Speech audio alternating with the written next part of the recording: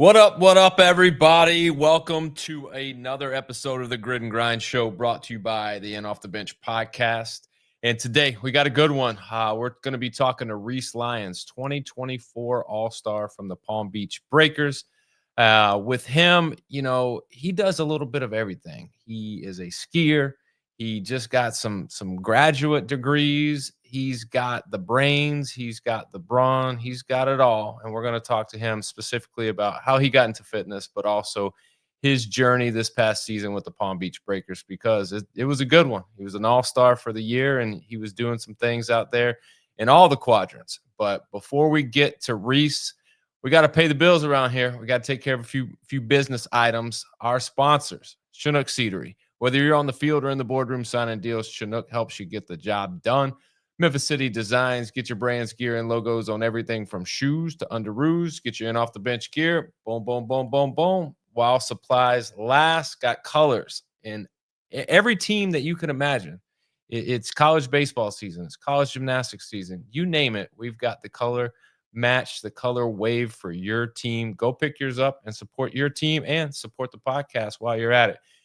Relief Chiropractic. Go see Dr. Vic Robinson. He's got the magic hands. He's rejuvenating people and adding years to their lives. Go get a consult. Get a prescriptive plan that is just for you. That's what Dr. Vic specializes in. You go in there, you tell him what's going on, and he's going to make a plan. Not just a Mickey Mouse generic plan that you could go and get from anybody. Dr. Vic is going to make a prescriptive plan that's going to fit your needs. So go see him, and I promise you won't be disappointed. And finally, Memphis, Old Dominic Distillery. Experience 150 years of tradition in the heart of downtown Memphis. From bourbon to vodka, whiskey to gin, Old Dominic's got you covered. Stop in today for a tour or just to pick up your favorite bottle. And some people are like, I don't know what I like. I like it all. Well, I suggest you go into the tasting room.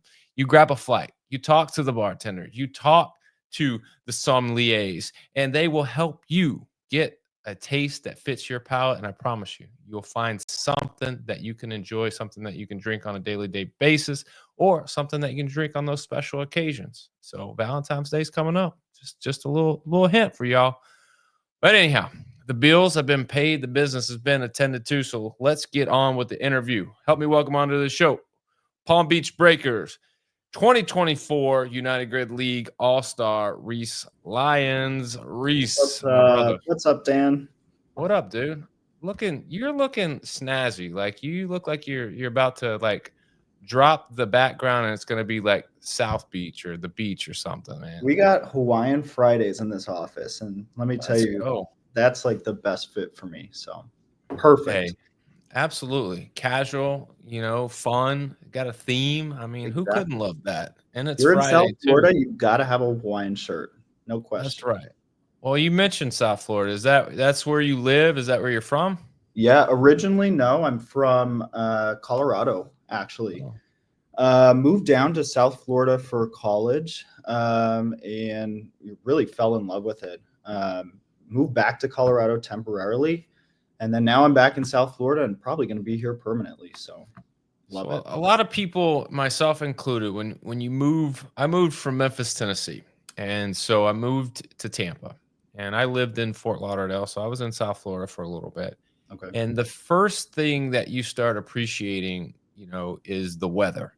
So let me ask you, being from a guy that is a skier and you're used to the snow and you probably appreciate it, is the weather in Florida a big factor for you enjoying living in Florida, or is that something you'd rather have the Colorado weather? Yeah, no, the weather is that's like the main attractive feature, I would say. I like to joke in Colorado, where I was from specifically, we kind of lived on the plains almost. So we didn't have too much snow, but it would get ridiculously cold. Like there were days in high school that I remember, they wouldn't have like snow days because it wouldn't snow too much, but they would have cold days because when it's -30 out, the buses won't start. So they have to call school off. Yeah. Jeez. So I was ready to get out of that. I was ready. Yeah. No more of that.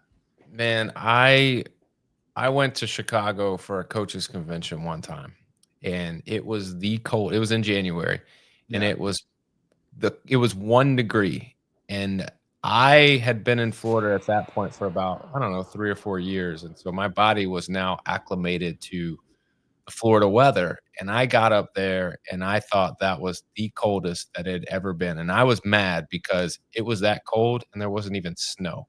I It's saw brutal. one flurry, and I got jacked up because I was like, "Oh, there's a flurry," but What I will say though is since you've been in South Florida, though, when it gets cold here in South Florida, it's a different kind of cold, right? yeah, Like man, I'm used to the cold, but Florida cold it's a little different.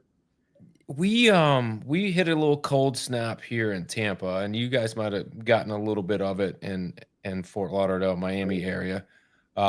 But yeah, like the wind, like it'll hit you a different way. It's a little bit drier, and like I don't know, man, but like it's not. You're right. It hits a little bit different. It's not like I think what it is for here, you get these bouts of, oh, it's 70 degrees in the afternoon and it's great. And then all of a sudden, bam, here's 50 all day long. And then the next day it's 70. So you get these flux. You never get used to anything. I think in the north, you might just get used to it day after day for a month or two of, you know, 40s and 30s. Yeah, Um, yeah, yeah.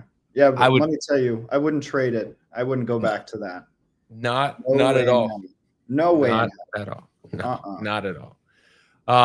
But yeah, let's get into this, man. Yeah. Obviously, grid has been this evolving sport. It's gone from this high profile, sport with, a lot of financial backing to this low, not low, but like a smaller regional, and now it's starting to branch out, to become more national. You got a team that's currently in Atlanta, the defending champs, and then you have a Houston team, and then there's talks of expansion even further. So, with you, from the onset early on to this big, elaborate, grandiose plan to what it is currently, where did you find grid? Where did you learn about grid? So it's actually funny. The Fort Lauderdale Lions, they're kind of, I don't know if it was their home gym, but Jamie was a coach at the gym that I went to during college. So they actually kind of found me early on in my CrossFit journey. I was only a CrossFitter at that point for like a year and a half. Of course, I had like a gymnastics background. But they kind of found me and they were like, "Hey, have you ever heard about grid?" I'm like, "No, what's this?" Never was really interested at that point just because, I didn't really know much about it. But shoot, that was probably 2020. Um, just kind of things fell off, right? I moved back to Colorado for a job. And then I was at a different CrossFit gym there. And actually, one of my friends there was like, "Hey, have you ever heard of grid?" And I was like, "Actually, yeah, I have. Why do you ask?" She's like, "Well, you'd be like super good on that." And I was like, "Well, I'll check it out." I knew at that point that I was moving back to South Florida, and I didn't know that you could be kind of like a remote person from another state and still be on a team. So I was like, okay, I have to move back to Florida anyway, so I guess I'll just try out for it then. And at that point, I wasn't really sure like what team I wanted to be on or anything. I knew I So had a this few friends. tryout, it was What's like that? the tryout, was it like the grid trials? Was it like a combine, or was it specifically like this team said, "Hey, send me this video and or you come in and let's take a look at it"? Yeah, I never actually did the grid trials. I had a friend on the Palms. So I was considering trying out for them, just like direct kind of just communication with Right. them. And then I saw that the Breakers were holding like a tryout session, and I was like, "Yeah, I'll show up and see what it's like." This is like I was like super candid about it. Like I didn't really know what to expect or anything. I didn't really prepare much for it. But I just kind of showed up and I was like, "Oh, let's see what this is like." And then they signed me on the spot. So that was really cool. Was there any one thing that you did where they were like, "Okay, yeah, we got to have Reece"? You know, I think it was the backward roll to support on the rings. That to me is one of the hardest movements just in general, just because it's kind of different than everything else that you do on the rings. Hmm. Um, and when I was a gymnast, that was actually like one of the skills that we really worked up to for quite some time. So I think when they saw that and they saw that I could kind of string them together, they were like, okay, that's pretty cool. So that was good. So, how long? When was this? When did the Yeah. Breakers sign you? Like, how long ago was this? Gosh, this was back, I think last February. They held just like a day of um, like trials, I guess. Gotcha. Um, and yeah, this was back in February. And again, I was like super like, yeah, sure, I'll sign. I had no clue really what to do thereafter. So I just kind of, was still training CrossFit and everything. I try to work in some of the, some of the movements that I knew were probably going to show up on the body weight side. Um, but I didn't really know what to expect at all. So I was truly like a rookie.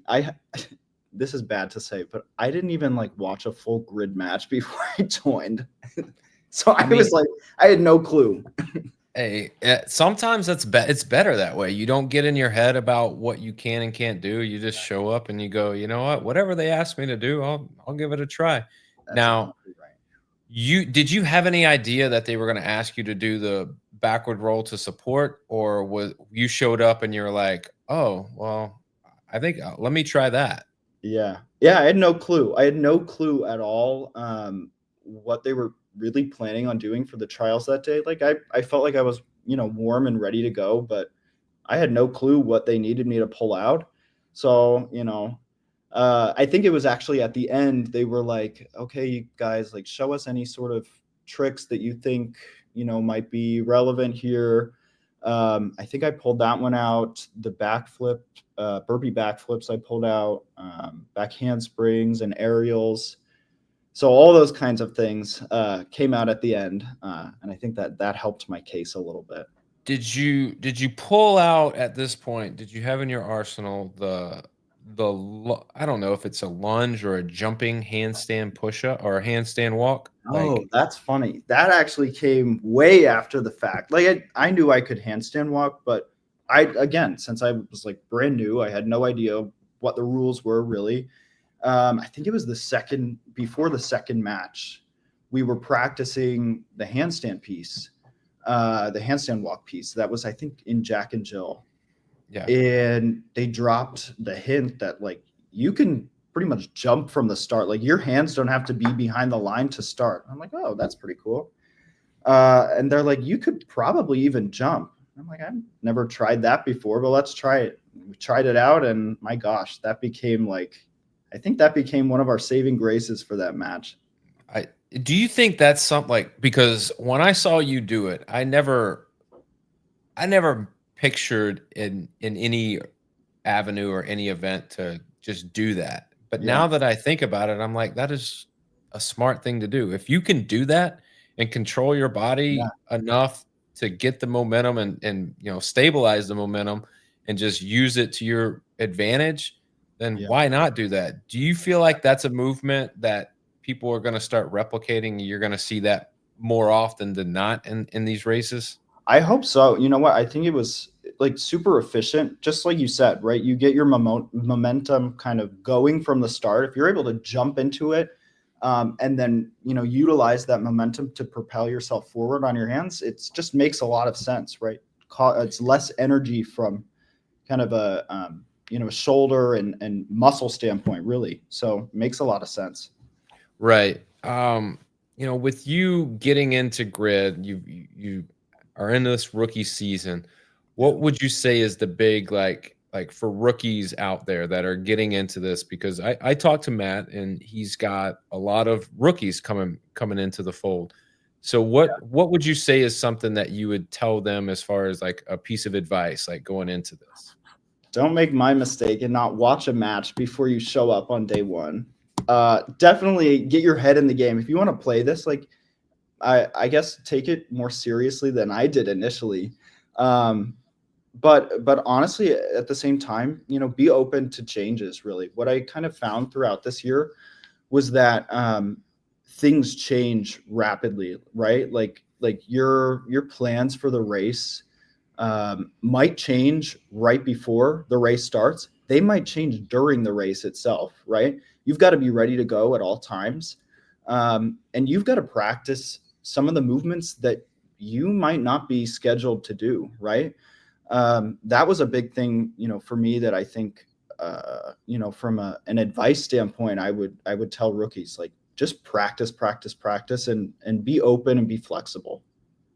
Definitely. You mentioned the practice, but like when you look at it, it seems like the beauty of grid is like it's very fan friendly to watch. Like you Yeah, can see it's a race, you can see the quadrants, you can see how things are laid out, and you have a really good idea of the movement. But as a player, when you're talking about transitioning from one thing to the other and communicating and doing all those things, if you've never seen it, like it could probably be very overwhelming, and you go, "Oh shit, like what am I doing here?" exactly. But Yeah. obviously you figure it out pretty quick, and so talk me through the season. So 2024, you're a rookie. Did you starting the season, did you have any expectations? Or you just wanted to go, you know what? Let me learn the sport. Let me do the best that I can do, and whatever happens, happens. Or did you have You some know, expectations that you set? I probably should have had more expectations than I did, because quite honestly, I was just showing up for fun, right? Like I always kind of viewed this as like something that was just going to be kind of for fun for me. Probably could have taken it more seriously initially, but I think as the season kind of went on, I started to realize, like, um, the gravity behind the sport, I guess, and how much it, like, I really enjoyed it, and how much it played sort of a role in my fitness journey, right? Um, so yeah, I think, from the start, I was into it, but I think as the season went on, I really started getting like super committed. So that was a lot of fun. All right. Give me some highlights of Yeah. the 2024 season for you personally. I think the team building piece was really important, right? So I was a gymnast previously, and of course gymnastics. That was really my only sport, but um, that's not really a team sport, right? It's really individual based. Of course, you have a team, and you have awards for like how well the team does, but you really don't rely on other people within gymnastics, to do well, essentially, for yourself, right? Grid is entirely different. You have to rely on the team, and you have to have super strong connections with the team in order for you guys to do well, right?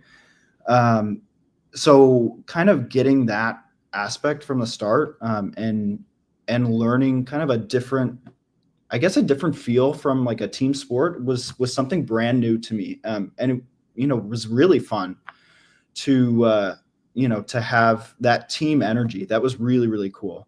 Yeah. Of course, the handstand walk thing, that was a really good highlight too. And I think I have to say too, the ringer point race in Vegas against, Alec. That was a good one. That was fun. I was like It's in the zone for that one. I was so mad that I didn't win. I was so close, you but he, know, he took the bait and he deserved it. that's the beauty of grid is like, I tell people this all the time. I get fired up about the sport for a couple of different reasons, but one of the biggest reasons is that you have the ability as Reece Lyons to go in with no expectations, go to a tryout, do the one, thing that you are awesome at, which is gymnastics based movements, and have a spot on a professional team. Yeah, And not only do you have a spot on a professional team, you have the ability to compete against other men and women on the same team or opposing teams. Like you could easily, probably has happened, do a ringer point against a female from another team. And there's exactly. no other sport that you see that kind of a mixture. And that's unbelievable to me. And then the second thing is like you're competing with big time CrossFit names that, come out there and like, you know, when you get on the rings with someone like that, it's you have to bring your A game, but also it's like, man, like this is you kind of look at it and you're like, holy crap, like this is pretty darn cool. Like when would I have ever been able to do this?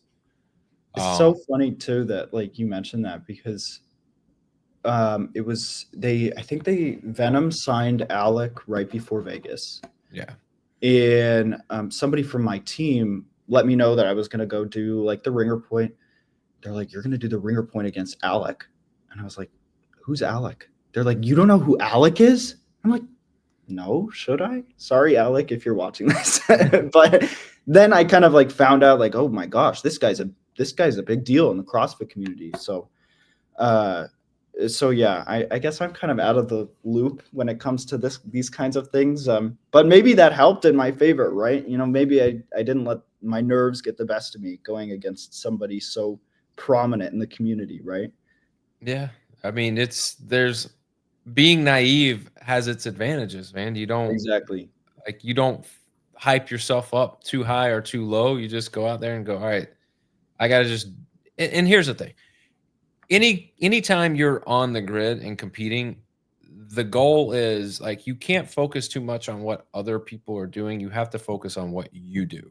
100%. And you can only do the best that you can do. And wherever that lands you, that lands you. But the great thing is this is a team sport that requires individuals to do their pieces. So if you do yours the best of your ability, whether you're ahead or behind, like you're allowing your team to stay in a position where they can still catch up or, increase a lead. And, that's pretty cool. And, people get a lot of times, the athletes, especially the veterans, get caught up in, I gotta, do something to beat the other team, and they get focused, and their lens is less on them and their team, and it's more on what they're seeing in on the other side of the grid, and they forget like, it doesn't matter what they do. We got to focus on what we do. So Exactly. yeah, it's pretty neat to be able to have that kind of introspective like reflection and go, all right, like I have no idea who he is. Let me look a little bit. All right, cool, whatever. All right, that's pretty cool that I get to compete against him. But guess what? I'm going to go out and do my thing. Exactly. Um, Exactly. what are some things? I mean, obviously the regular season, we'll call it what it is. Matt won't be disappointed for me to say this. It didn't end the way that you guys had hoped, and you didn't have a spot in the playoffs. But looking back on the season, what's the one thing that you think moving forward the team can grow from? Yeah.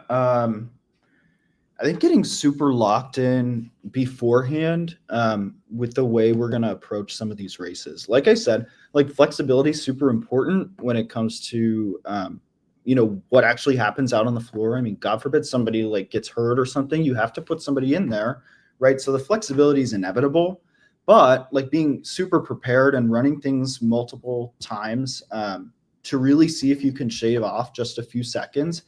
I think that's where, I think that's where the team has an opportunity to improve. Ultimately, I think that the team approached things in the right way and saw their work as a team, as a cohesive unit, but could improve with just the way that some of the races were approached, the strategy, I guess, behind some of it, right?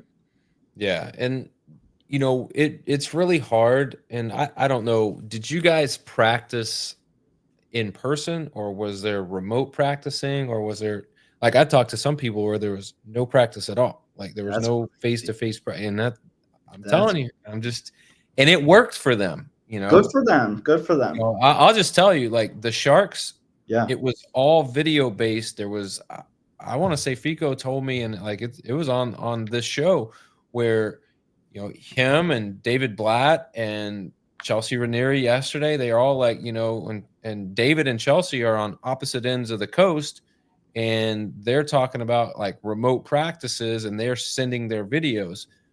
But Fico's like, my thought is these guys are professional. We're not going to waste anybody's time. Here's what I need from you.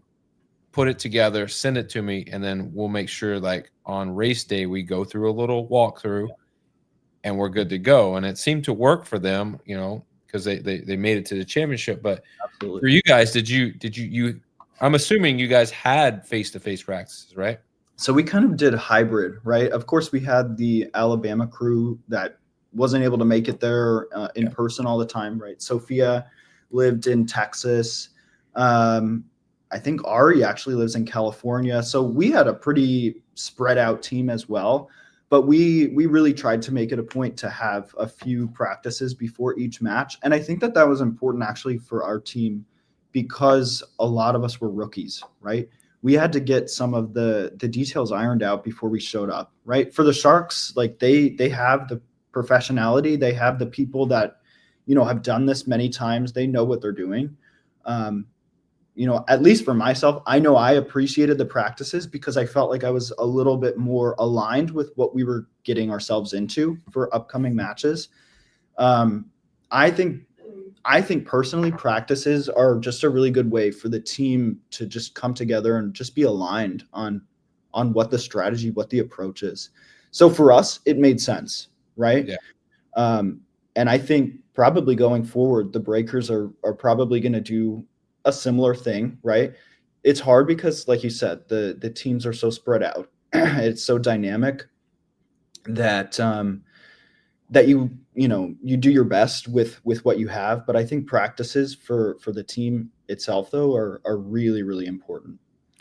I also think that, when you have the ability, because what other professional sport can you go, all right, you live in California or Colorado Yeah, or Pennsylvania or Virginia, but you play for a team in Florida or Houston or Atlanta, and you don't have to live there. You can practice remotely, you can show up for the games, and it's can work. Like in baseball, in basketball, like in football, like in the NFL, these guys have homes in these practice cities, or they live there for a reason. And some guys might have homes elsewhere in the off season, but like the requirement is if we're practicing, you have to be yeah, there. And so, like, for me being a baseball coach, for a long time, and thinking about a remote practice, it's very foreign to me. And I just, yeah, to me, it's like, I don't know how it works. I still like, yeah, I've heard a ton of athletes from Grid talk to me about remote practicing, and I still don't know really, like, how does it work? Like what do you do? I mean, yeah, is there like a yeah. computer? Is there a screen? Is there a phone? Like, and there's a lot of all of those things, but I'm just like, man, I have to see it, I guess. I'm a visual guy. I need to Yeah. go experience it and see what a remote practice actually looks like, because No doubt it was difficult, because you're trying to actually time things, right? You want to know going into the race what your rough time estimates are going to be for these things. So we literally had like gosh, 6 7 way FaceTime call, or like an Instagram live call, where each person had their phone set up in the gym, and they knew kind of before we got on the call what their scheduled tasks were going to be for the given races. So we would just kind of do our best. We would have kind of one person be the kind of like the manager, the delegator of telling people when to go, and that kind of stuff. And we did our best with timing and that kind of all of the nuances of being kind of hybrid, right? And for the most part, I think it worked out pretty well. Um, you had to rerun races multiple times because sometimes people's video feeds weren't working or whatever. But that's you my do your thing, is best, right? like the the technical, like, there's a lag time. Like, when you're Yeah, talking exactly. about grid, it's a matter of seconds, and it comes down to efficiency, and efficiency, in my opinion, is time. Like, how Exactly. well do you move, because time matters. And when you have to, compensate for lag time or technical difficulties or buffering or whatever the case is, or just the internet and wireless going out altogether, it's like, okay, like, how do we bridge this gap? Because in 2 weeks, like, this can't be an excuse, because we're going to be on the Yeah. floor against another team, and we've got to figure this out. So We But I think relied a lot. We relied a lot on having people send in videos beforehand too, right? So they'd record like themselves doing whatever skill they were scheduled to do, and we'd kind of record their times and then splice everything together that way, as well, right? So the practices themselves were more just to get the flow of things, just to kind of know when you're going to run out and that kind of stuff, and to make sure we didn't have any like hiccups with who was going out, who was staying in, that kind of stuff. But the videos themselves of us like actually recording the skills, going with 100% sort of effort, that's really, I think, what was used to determine what our times or expected times were going to be. let me ask you that.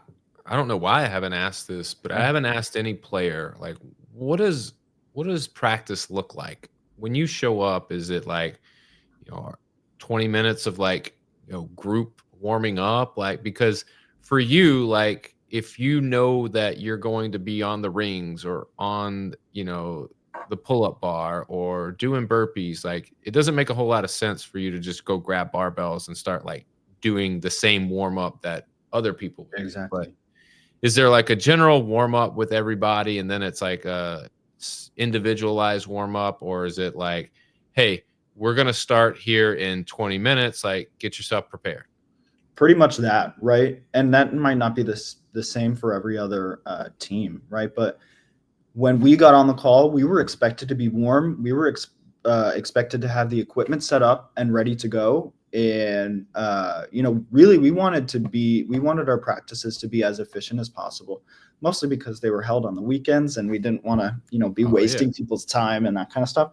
But we wanted to really just kind of have things ready to go right from the start. So you're responsible for any sort of warm up or pre-practice that you need to do, right? So for myself, right, it was a lot of things on the rings, just kind of getting swings right, making sure shoulders were warm, hips for like toes to bar, that kind of stuff, right? Making sure my back's ready to go for handstand walk. So just making sure that your body's ready to go, so that when you hit the practice, you can start and go full force as if it were a real match, right? How long did you guys practice? Like 2 hours? It really depended. We would really run through the full match, sometimes twice.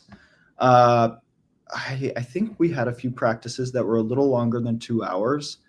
Um, but we really would try to get the full feel of what a match was like, once, if not multiple times, right? If we had hiccups here and there, we would go back, we'd rerun the race, right?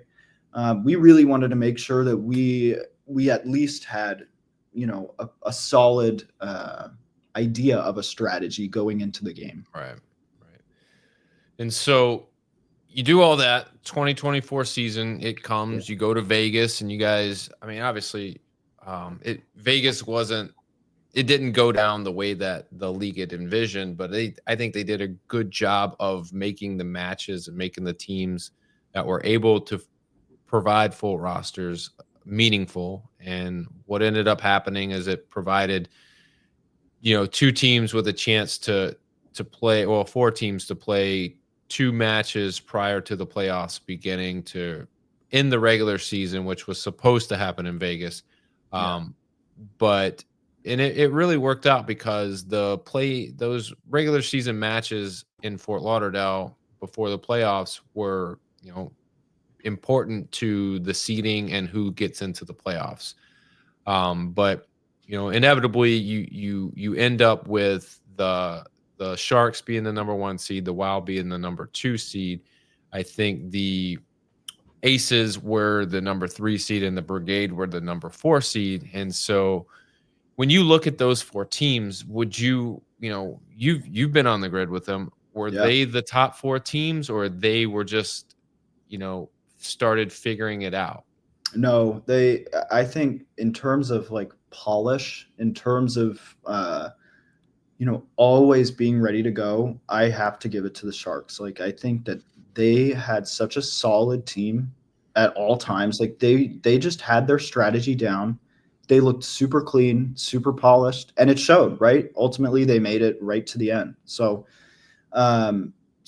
props to them. They really impressed me. And, as somebody who was naive coming into grid, and like I said, I had no idea really what to expect when I was going up against some of those people, kind of lit a fire under my ass, if you will, to get back in the gym and practice harder than I was before.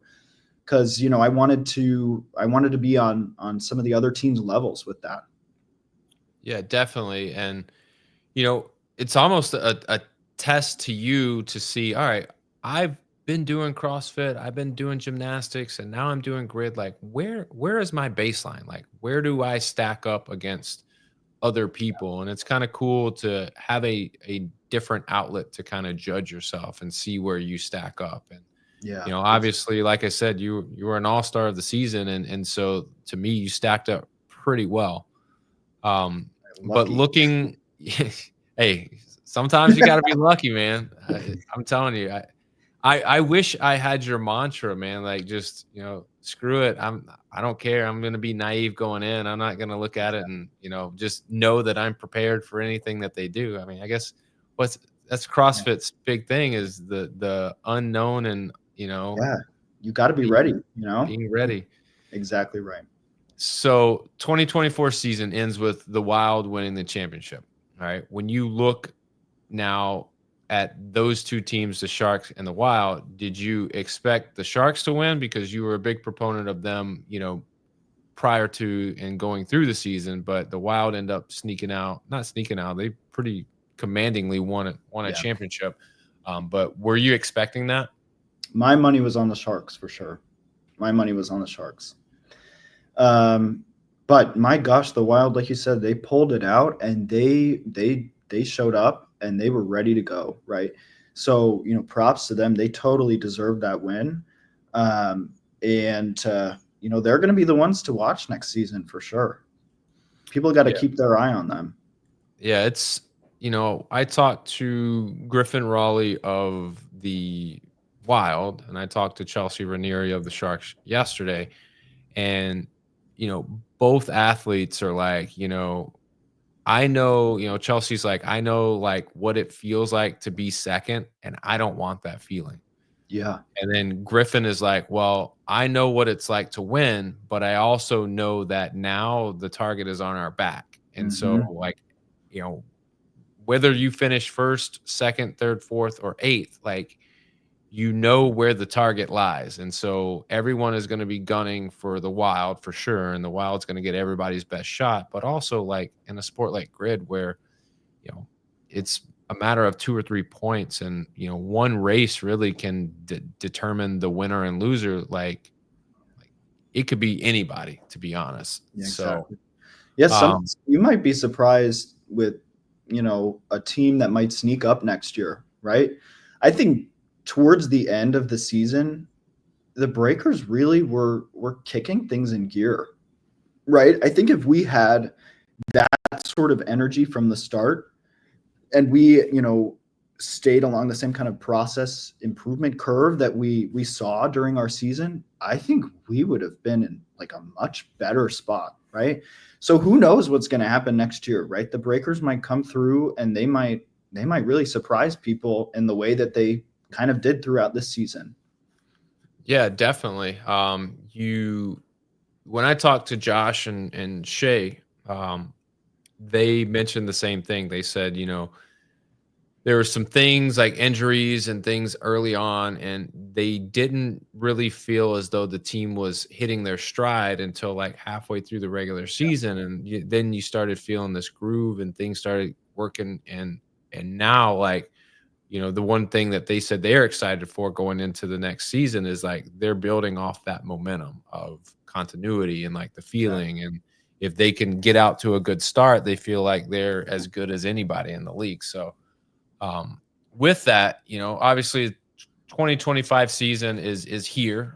There's re-signing, there's, people looking for new homes, there's combines, there's the grid trials, there's a lot of things that are going to be going on.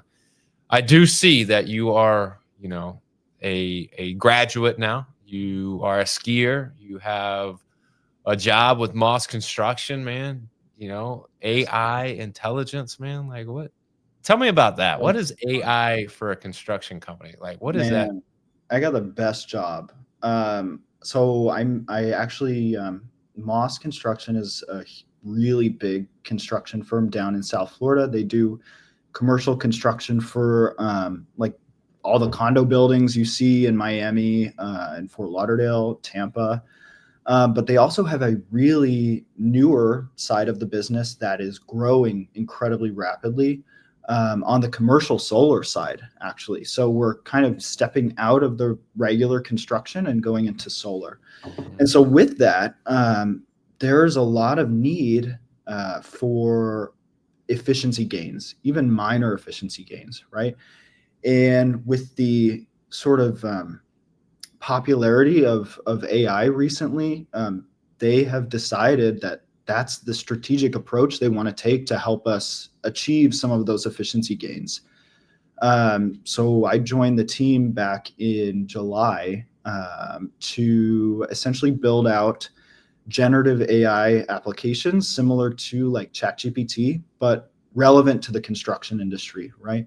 So if you consider real quick, if you consider like how much documentation goes into building, a condo building, we're talking 3 million pages, right?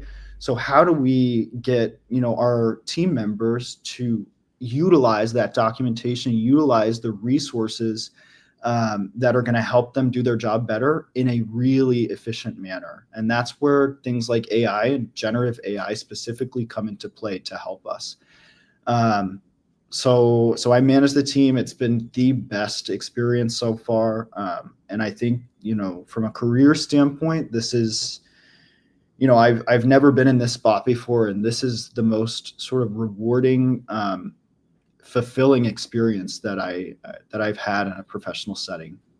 Yeah, it's unbelievable. Like AI is, and some people are scared of it. Some people are negative on it, but like I think in your like you can attest to this. Like it can make jobs more efficient. And 100%. when we're talking about like building things and like just different aspects of life that take time, think about how more productive you can be if you're taking the mundane and the things that are the most tedious tasks that are what I call time eaters. There's a bunch of things that you do that are time eaters. Think about those time eaters. If you can find a way to cut those time eaters just in half, like how much more productive are you going to be over the course of the year? You can double what you do just by being able to do something like that. So, like, I 100%. commend you, man. What did you get your degree in? So I actually only have a bachelor's degree, but my degree is in information technology. Okay, But I so got into the data space, at my previous company, and then just, kind of stayed up to date with trends and things that were going on in AI. And like I said, like now you don't even need to like go to school to be a software engineer. Like AI can help teach you to do that, right? So the path to any sort of, career growth that you're looking for, especially in the tech space, if you're not using AI to help accelerate that, you're at significant risk, right? So for the folks, here at Moss, we're really honed in on making sure that AI can be used as a tool to help accelerate them and their professional careers. so it looks like, I mean, I don't know anything about the AI space other Yeah. than, what I read and what I see. You're ingrained in it, but it looks like this is a big undertaking to manage this team and create this system. So I ask you because there's always this balance of professional and personal and training lives that everyone has to have. So for you, um, are you taking a step back to focus on that, or like what's the plan for 2025 when it comes to grid or CrossFit or Yeah. training? Good question. So, uh, first of all, as much as I love this space, the AI space, the professional space, I have to have a balance between my professional career and the things that I do outside of my professional career, right? CrossFit being one of them, music and those kinds of things as well. Those I have to have that balance, or else I'm going to put too much energy into one thing, and then God forbid it gets stripped away all at once. That's when from a mental health standpoint, that's when you're kind of hurting, right? Yeah. So if you have that balance between all of the different things that truly bring you joy, you're going to be in a good spot, right? So for 2025, my focus is to find a way to maintain that balance, right? And so, last year I found a lot of fulfillment through grid. I really did. I thought that was really kind of a good good way to focus my energy outside of my job. And so the plan actually was to try out in 2025 for a different team. And the only reason I was planning on doing that was just, I mean, me now. I'm kind of like I'm an open book, right? I bounce between things, and I like to try new experiences and that kind of stuff. So the plan was actually to try out, for a different team, and for a few different reasons that didn't manifest in the way that I was hoping it would.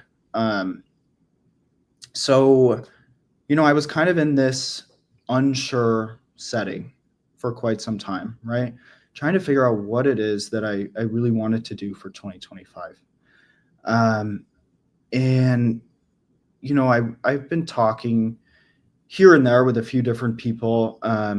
And, what I kind of decided on, what really I had this kind of epiphany moment, if you will, right? Where I was like, what really matters is the people and the team that you build, right? It doesn't matter so much about, maybe how good people are on another team, or, the kind of skill set that they have. If you have the team, and if you have the people that you trust, that you can rally around, I think that the team itself could be, unbreakable in that sense.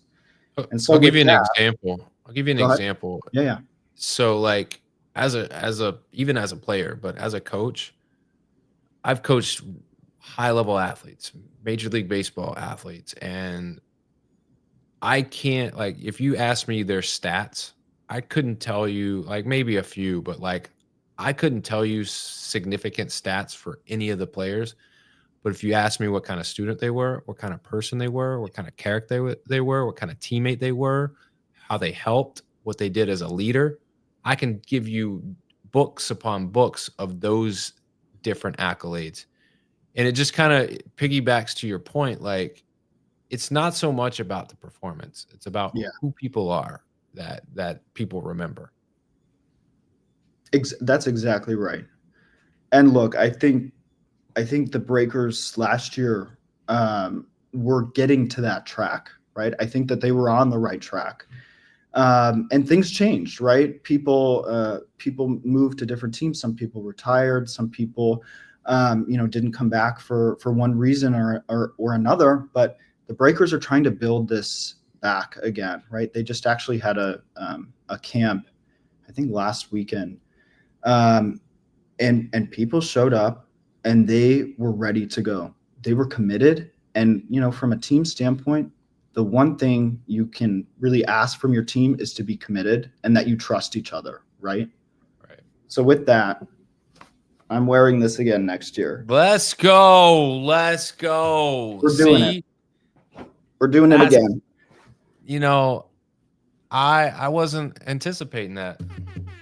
Not So many people were probably, but it, like I said, I took some time. I sat myself down and really had to think about it. And at the end of the day, the team matters more than than the skill set that I think I might acquire elsewhere, right?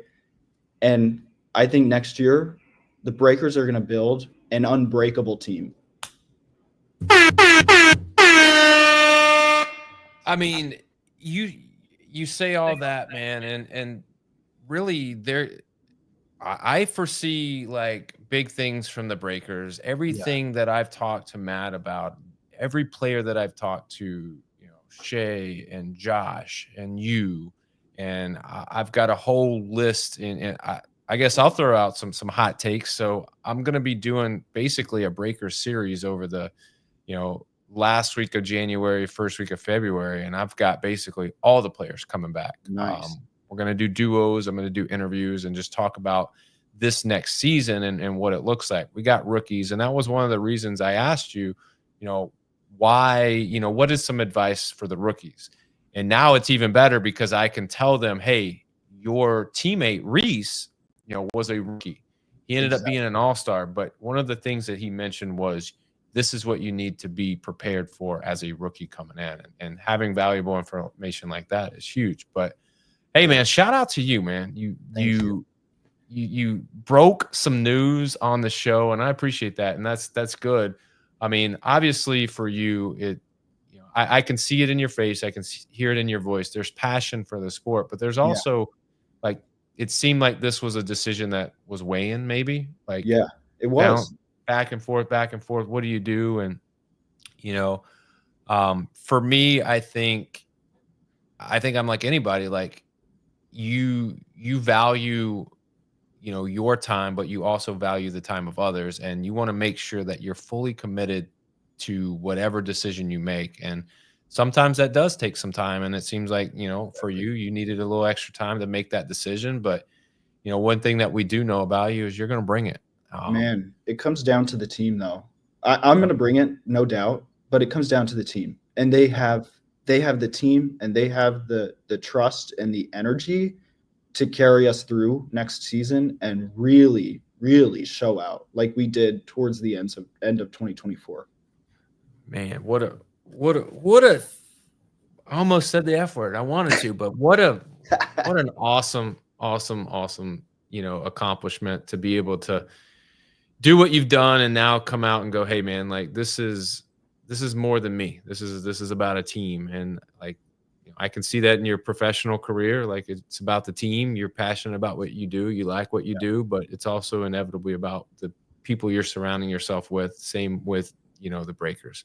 Well, Reece, man, before I let you bounce, man, anything you want to plug or promote, anything you need to say or get off your chest? I mean, you got a lot off your chest today. I mean, man, this was such a great show. Thanks for having me on. Absolutely. Thanks for letting me do my, announcement. I'm looking. I don't even think some of the Breakers folks know. So this is going to be hopefully good news to them. And I just can't wait for next year. I'm excited. I'm ready to go. And people are going to have to watch out for us. That's all I have to say. I mean, I'm telling you, this 2025 season, like with the evolution and growth of the sport, I think this is a very like big season. Yeah. I don't know. I feel like this is a step.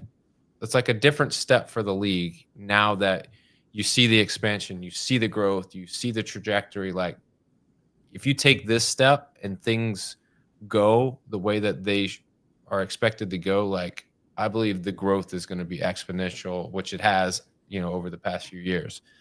But Reece, man, I'm going to let you bounce. I'm going to let you go enjoy your weekend, go celebrate a hard-earned decision to rejoin the Breakers, and I look forward to talking to you again at some point, and absolutely seeing you out there on the grid doing your thing, man. I'll be there. Thanks very much, Dan. You're welcome. That's Reece Lyons, everybody. If you like hearing Reece's story, or you just like hearing us average Joes talk X's and O's, please share the podcast on Facebook, retweet us on X, listen and subscribe wherever you stream your podcast. As always, go to YouTube, click subscribe, click notifications. That way, when we upload content, you're the first to know, and you can be the first one to view or listen or do whatever it is you do on YouTube. With that ends the week. We got a solid week coming up next week. Let me get the schedule for y'all because y'all ain't going to want to miss this. All right, so next week, we've got Chris Chaffee, Tampa Bay Brigade on Monday. Tuesday, Nick Chappie, Southwest Florida Sharks on Tuesday. We skip Wednesday. We go straight to Thursday. We got Janine Nicole, Orlando Aces. And we got Friday, ending out the week, Briley Hanson of the South Beach Palms. And then, like I said earlier, we're going to start a series with the Breakers. We've got duos coming starting on January 27th. Billy and Andrew Dodd. We've got Nate Cobb and Haley. We've got Matt Hornaday, Matt Evans. We got Evan Newman, Josh Newell. We got Shay Newell. We got Dylan. We got all the rookies, all the vets coming back for a series to talk about the 2025 season and what the Breakers have planned. With that, you're not going to want to miss any episode of the Grid and Grind Show.